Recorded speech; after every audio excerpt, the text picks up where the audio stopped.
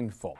If you've been down the winding, difficult road of dementia, what would you do for another 6 months, a year, maybe longer, of just everyday conversation with the person you love? Imagine all of us would say we'd do just about anything. But for a long time, we've been told there's not much you can do. Dementia, Alzheimer's, it runs its course. We just have to do what we can with the time we have left. Well, maybe not. Researchers are learning new things about this disease every single day. And one thing that they have discovered is that changes in the brain can start a decade or more before the first real noticeable symptoms of dementia. If that's the case, maybe there are some things we can do to care for and exercise our brain to, at a minimum, slow down what may be coming.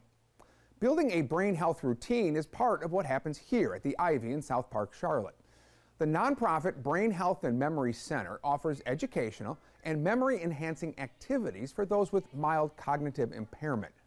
But more recently, it started brain health workshops for people of all ages.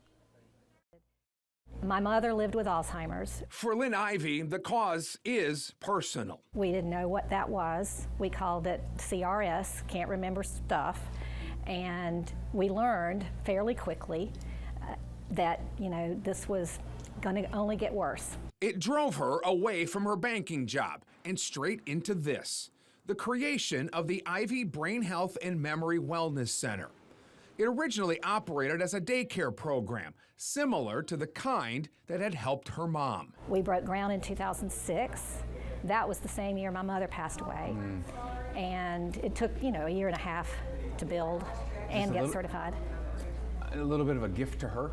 Oh, absolutely. It's a tribute actually to both of my parents, because sadly, my dad had dementia at the end of his life. I call his caregiver dementia because it is such a stressful, long marathon journey, and you cannot go alone. But over the years, the mission has expanded. Lynn's determined to find ways to stall or maybe even prevent the decline of memory loss. But the one thing that kept going on in my mind, with my mother in particular, is what could I have done to see this sooner? Is there anything I could have done to either prolong her functioning level or avoid it altogether? And so all these years, really up until like 2018 or 19, that kept playing on my mind. It led to the development of Brain Health Workshops, a program built around 6 pillars of brain health: being social, managing stress, eating right, exercise, quality sleep, and engaging your brain. I think about, let's say in a workout context, that if we continue to exercise it in our 30s and our 40s and our 50s, we're going to be in better shape in the 60s, 70s, and 80s. Absolutely, you said it perfectly. Inflammation in the brain is bad. Inflammation in your body is bad anyway. But doing these things and keeping up with those pillars and doing them very diligently can reduce inflammation. I had one of our physicians here in Charlotte that I spoke to when I started the brain health program say, you can change the trajectory of your genes, but you got to start early. So I kind of always think about the pill and all the drug trials that have been going on. The match has already been struck and the wildfire is already going. But if we can do these things 20 years, and now that is fact, 20 years prior to the first symptom ever appearing, then we may not have, the match might not light the fire. Left hand only. Here's one example of engaging your brain in new ways. Alicia Gagnon is answering brain teasers by whacking away with that pool noodle. It's an exercise not in multitasking, but dual tasking. It's different from multitasking. In our busy, busy world, we all think, oh, if I'm doing 5 things at once, that's great. Dual tasking is more focused on doing something while you're moving your body that cognitively affects you. Jenny Yop keeps you thinking and moving through her iPad. Like, how many games, how many routines do you go through in a session?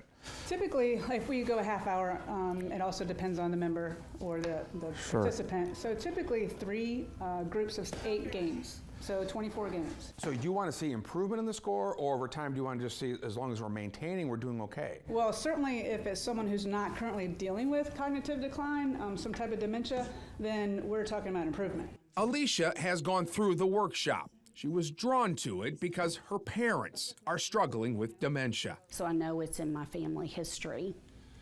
Does that something that gives you pause a lot? Do you think about that a lot?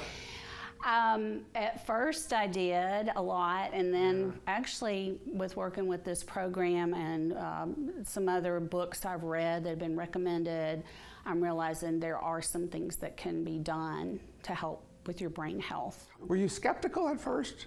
Or did you think, no, this makes sense? It makes sense to me. And again, I'm a science person, so I like to see what they're talking about, brain changes. They show you a lot of information about the changes that scientists can see when they're evaluating the brain studies. What the Ivy does is shows you the science, and then you can choose if that's going to motivate you or not. And for me, that was motivating. We can go a little longer. You can spend more time with Mom going forward. Yes. Is that what this is about? That's exactly what it's about, and my mom and dad could be more husband and wife instead of, going down kind of a different path. I'm not totally convinced that a magic pill will help all of us, but if we start sooner on all of these pillars that are good for the heart and good for the brain, that has potential to possibly hold it back or prevent it. Gives you some hope, right? The Ivy is hosting 2 free information sessions on upcoming brain health workshops. The first is September 6th, the next September 13th. Both are from 9:30 to 11:30 a.m. The next 12-week workshop begins September 20th. The cost of the full program is $800 per person.